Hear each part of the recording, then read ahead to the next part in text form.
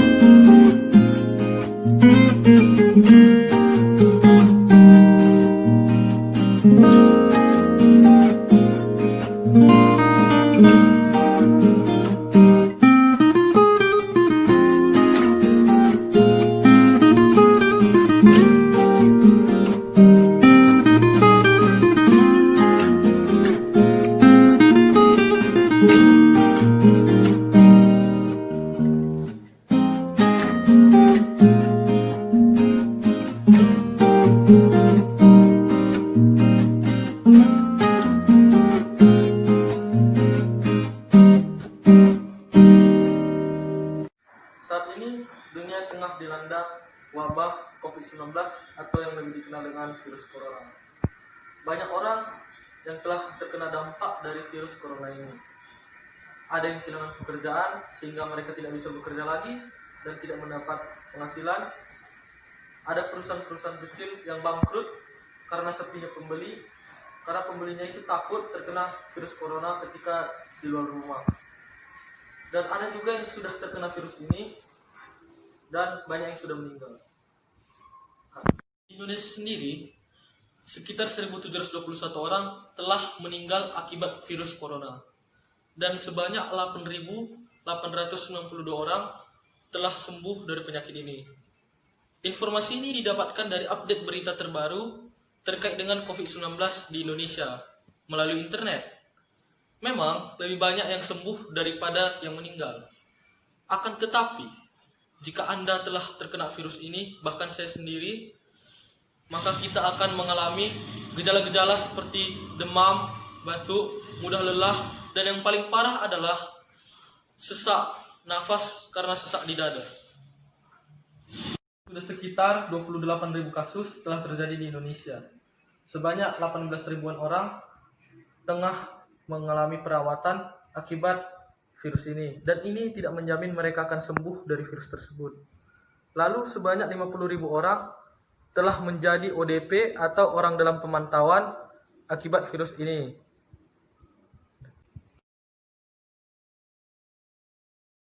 Kalau itu, kita perlu melakukan upaya untuk mencegah penyebaran virus corona terhadap diri kita dan semua orang yang belum terkena virus ini. Yang pertama, kita harus rajin berolahraga agar kita tetap sehat dan bugar dalam menghadapi penyakit-penyakit seperti virus corona. Yang kedua, kita harus makan makanan yang sehat dan bergizi agar kesehatan kita dapat terjaga dengan baik. Yang ketiga, kita harus memakai masker apabila kita berpergian keluar rumah, sehingga virus corona akan dapat dihalangi oleh masker tersebut memasuki saluran pernafasan kita. Yang keempat, kita perlu rajin mencuci tangan agar virus dan segala kuman dapat kita hindari. Karena tangan itu banyak sekali memegang-megang benda-benda di sekitar kita yang dapat membawa virus ataupun kuman-kuman lainnya. Yang kelima, kita dapat melakukan aktivitas-aktivitas positif seperti memasak di dalam rumah, membersihkan lingkungan rumah, membersihkan kamar, dan sebagainya. Selamat pagi, siang, sore maupun malam pada Bapak Guru maupun teman-teman semuanya. Hari ini saya akan menjelaskan tentang pergaulan bebas pada remaja. Jadi, berhubung kecanggihan dan teknologi dan informasi pada masa sekarang, banyak remaja itu dapat mengakses segala hal dengan bebas. Jadi itu menyebabkan naiknya tingkat pergaulan bebas yang dialami remaja di Indonesia pada saat ini. Akibat dari pergaulan bebas tersebut tentunya tidak baik untuk remaja. Contohnya adalah, pertama itu zina dalam agama, yaitu dosa di hadapan Tuhan. Dan juga masa depannya dapat terancam. Tadinya misalnya sudah mau kuliah ke Oxford atau kemana gitu, namun karena harus menjadi orang tua dan menikah dengan cepat, jadi semua impian itu harus terhenti. Jadi untuk menghentikan pergaulan bebas ini, terdapat dua pihak yang dapat melakukan pencegahan. Jadi yang pertama itu diri sendiri. Jadi diri sendiri itu dapat melakukan pencegahan dengan cara-cara berikut, yaitu memperkuat pendidikan agama, membentuk karakter yang positif, memilih teman, dan menghindari lingkungan yang tidak kondusif. Jika langkah-langkah tersebut dilakukan, maka remaja kemungkinannya akan lebih kecil untuk melakukan pergaulan bebas. Dan untuk orang tua dapat mempererat hubungan orang tua dan anak. Kedekatan antara orang tua dan anak itu harus dekat, supaya anaknya itu tidak melakukan hal-hal seperti pergaulan bebas. Yang kedua itu memberikan pendidikan seks pada anak dan remaja, sehingga anaknya dapat mengerti dengan luas tentang pendidikan seks ini. Ketiga, mengisi waktu anak dengan berbagai kegiatan. Jangan membiarkan anak itu terlalu kosong waktunya. Jadi harus diisi dengan kegiatan seperti eskul dan lain-lain, supaya anak itu juga tidak terlalu banyak waktunya yang kosong. Jadi sekian penjelasan yang dapat saya jelaskan. Untuk semua remaja, marilah kita melakukan hal yang benar dan tidak melakukan pergaulan bebas. Terima kasih. Kidung Agung 3 ayat 1. Impian mempelai perempuan. Di atas ranjangku pada malam hari kucari jantung hatiku. Kucari tetapi tak kutung dia. Baca Alkitab untuk menghindari pergaulan bebas.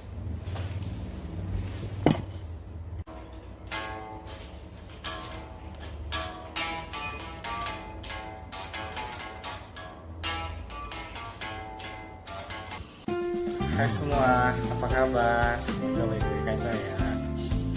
Pasti kan pada saat masa-masa pandemi ini kita tuh pengen makan enak. Nah, pada video kali ini saya akan memberikan satu tips, satu resep makanan yang mungkin biasa aja, tapi enak dan bisa dibuat sendiri di rumah. Makanan itu adalah sandwich. Pasti kita semua tahu lah apa itu. Pasti kita semua kenal dengan sandwich. Kita coba yang kenal dengan sandwich. Nah, langsung aja kita masak. Jadi, bahan-bahan yang kita butuhkan adalah keju, bawang merah, tomat, 2 lembar roti bakar, 1 butir telur, margarin, dan saus. Alat-alat yang kita butuhkan adalah kuali, mangkuk, 2, 1 sendok makan, pemarut keju, pisau, dan pastinya piring.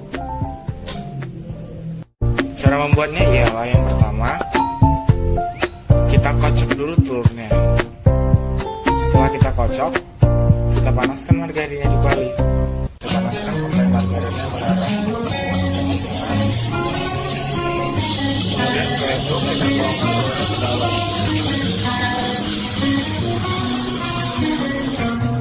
Kita masak telurnya hingga berwarna keemasan seperti ini. Setelah itu kita angkat.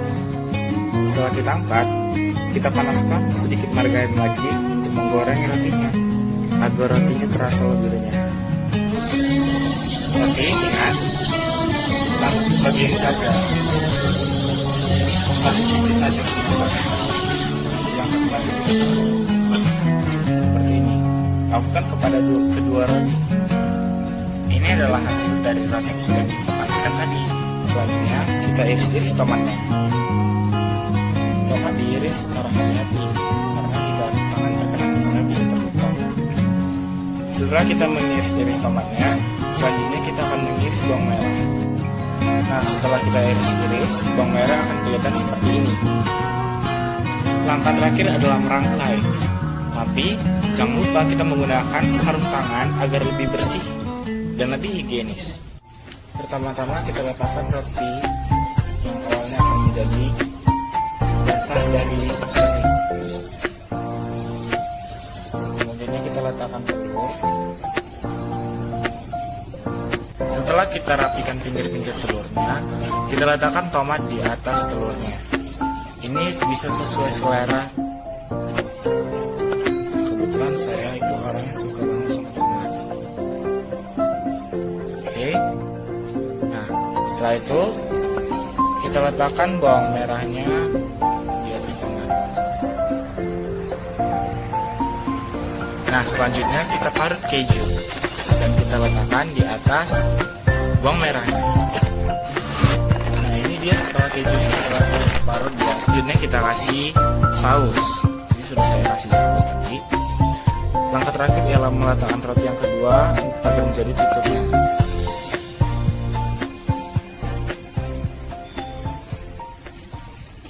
Nah, langkah yang terakhir yang paling penting untuk kita kerjakan adalah membersihkan peralatan-peralatan. Sandwich lezat siap disantap.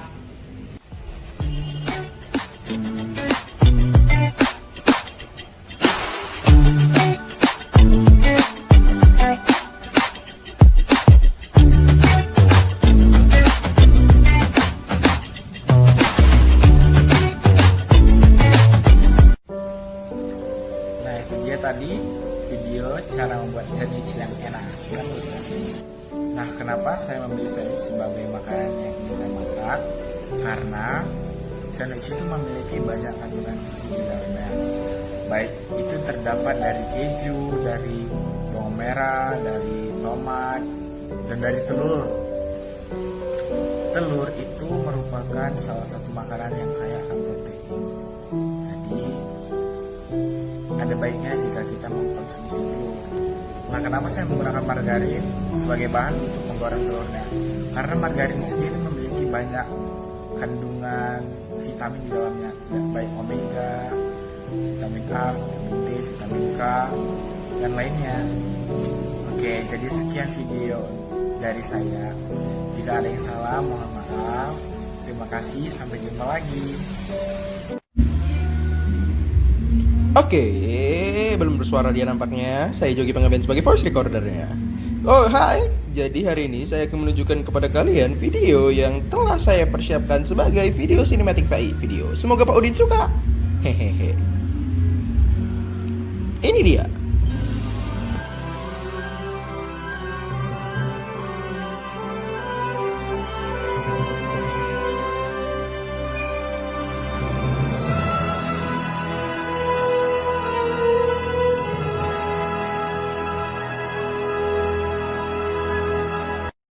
Indonesia yang positif terinfeksi virus Pemerintah corona telah menetapkan COVID-19 sebagai jenis penyakit dengan faktor risiko yang menimbulkan kedaruratan kesehatan masyarakat.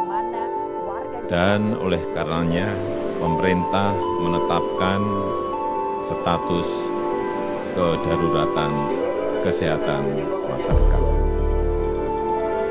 Untuk mengatasi dampak wabah tersebut, saya telah memutuskan dalam rapat kabinet bahwa opsi yang kita pilih adalah pembatasan sosial berskala besar atau PSBB. Kita merasakan semuanya dampak dari pandemi COVID-19 yang dirasakan oleh masyarakat luas, baik itu pengusaha, pegawai, pekerja pabrik, supir taksi, supir bus, supir truk, kernet, pengemudi ojek, petugas parkir, para pengrajin, pedagang kecil, pelaku usaha mikro, dan masih banyak lagi.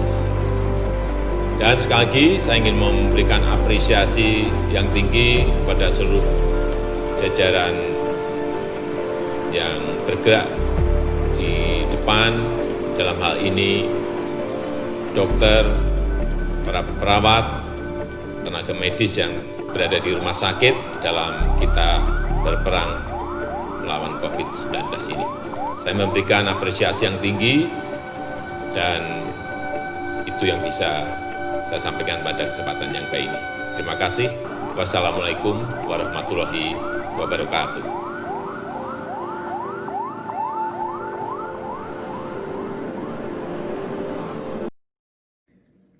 Nah, dari beberapa kegiatan tadi itu kan salah satu untuk mencegah COVID-19 ini terjadi karena itu memang kehendak dari Tuhan. Nah, berarti kita harus banyak bersyukur, harus kita jalani karena Tuhan sudah mengkehendaki ini. Dan kita juga harus banyak berdoa karena kekuatan doa itu sumber dari kekuatan kita. Kita memohon pada Tuhan, kita mengucapkan rasa syukur kita kepada Tuhan, kita minta ampun kepada Tuhan agar COVID ini bisa cepat berlalu gitu. Lalu yang paling penting kita itu tetap mengikuti anjuran dari pemerintah, yaitu menjaga kontak fisik kita dengan orang lain. Nah, peran kita sebagai remaja di sini, kita itu harus bisa menjadi sumber yang memberikan informasi kepada orang lain. Orang itu tidak pergi keluar, jadi karena kan biasanya tuh yang kita lihat remaja pergi keluar nongki sama teman-teman, nongkrong kemana-mana. Nah, kita di sini harus sebagai berinformasi orang-orang, jangan keluar gitu, karena menurut data pemuda Indonesia itu sangat banyak. Nah, jadi kita sebagai pemuda itu harus yang bisa istilahnya menjadi contoh bagi orang lain. Jangan kita sebagai pemuda malah bebas gitu, malah bebas keluar.